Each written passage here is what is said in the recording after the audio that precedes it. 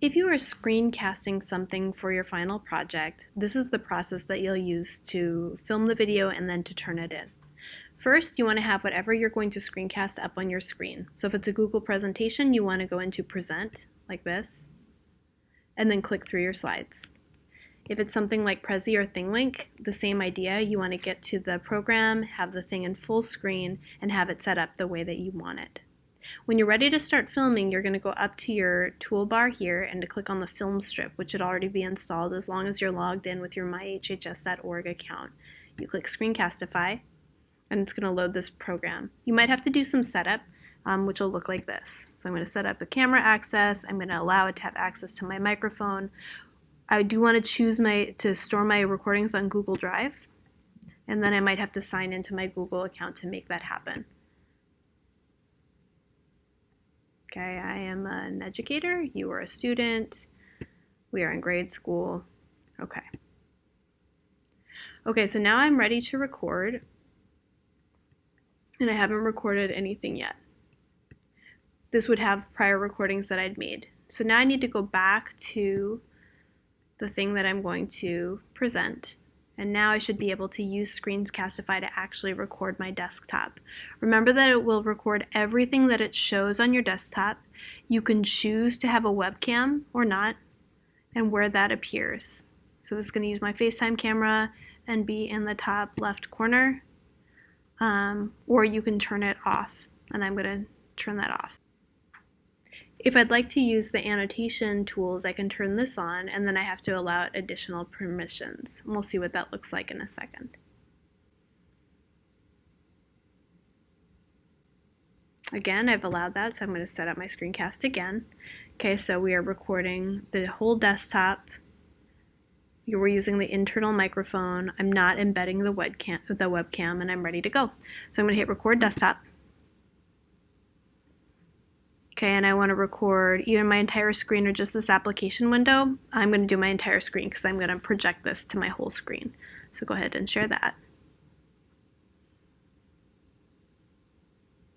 Okay, and now I am recording. So Screencastify is recording everything that I do with my voice or with my mouse. So anything that happens on my screen will get recorded. If I wanted to go ahead and present, I can do this. Okay, it looks like Screencastify, because I allowed those annotation tools, is giving me some additional stuff down here. So I could potentially highlight things on my screen and say, hey, look right here. If that helps you, you can erase it as well. So if it helps you to annotate to make your explanation clearer, please feel free to use that. The timer at the bottom projects up and shows you how much time has elapsed since you started recording, which is useful since you're going for a time limit of 2 minutes to 3 minutes.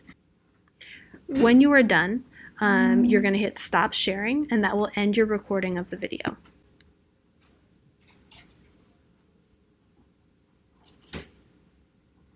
Okay, and it will take you to this the screen that shows the recording that you've just created. You can preview it. And you'll see here if I have my sound on.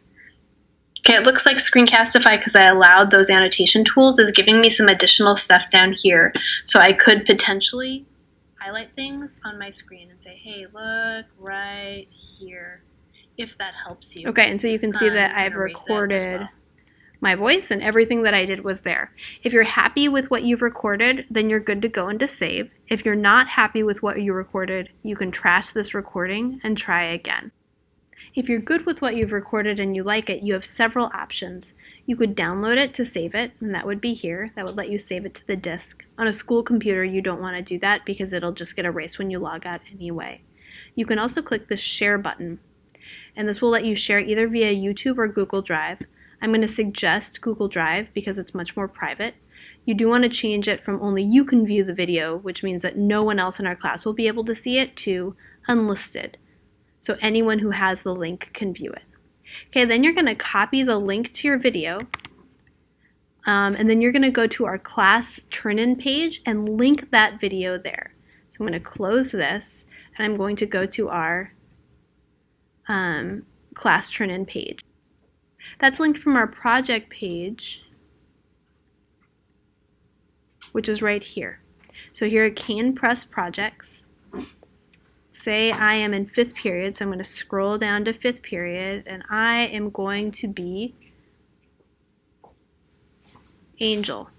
Okay, so here is Angel and Cole's video. They are going to highlight their group video link.